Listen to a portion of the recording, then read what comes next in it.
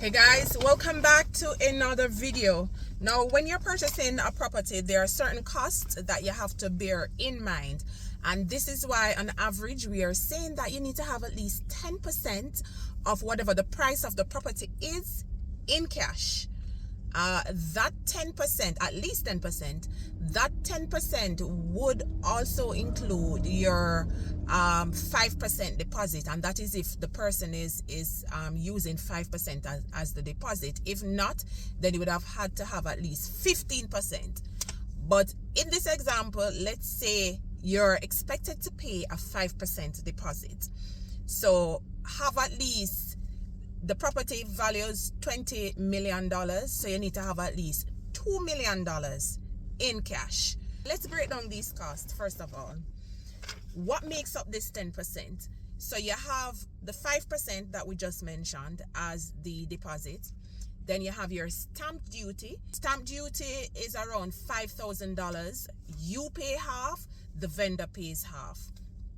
Apart from stamp duty, you have the registration fee, and that is 0.5% of whatever the cost of the property is. You pay half, the vendor pays half. So that is, you pay 0.25%, the vendor pays 0.25%. The other cost that you have to consider is your surveys report, your valuation report. On average, now we're in 2026. On average, you pay around $60,000 to $70,000 thereabout for each. So that's $70,000 for valuation, $70,000 for surveyor's report. It depends on who you get. You can have the conversation with them, but those costs you definitely have to pay. Apart from the valuation and the surveyor's cost, you will definitely have to pay the sales agreement cost. And the sales agreement plus GCT, you pay half, the vendor pays half.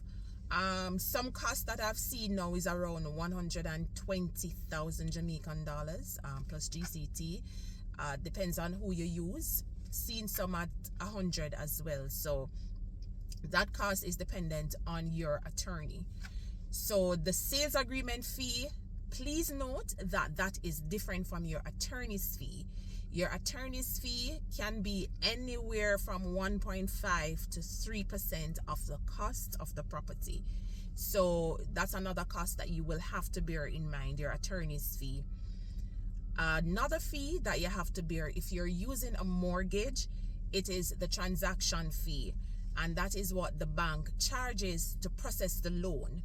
So that can be anywhere from 1.5 to around 3.16% is what I've seen some of the bank charging. And that is on the amount that you are borrowing from the bank. So all of these costs, when you work it out together, it works out to be around a total of 10%. And of course, you have the letter of possession. That's around 7,500. I've seen some being like 10,000. So all of those costs you have to bear in mind when you're buying a property.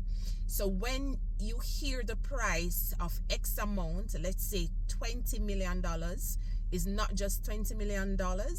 These are the costs that makes up the closing amount for the property. So bear that in mind, that you have to have at least 10%. The rule of thumb, you have to have at least 10% of whatever the price of the property is in cash. Hope this helps. I'll catch you in the next video.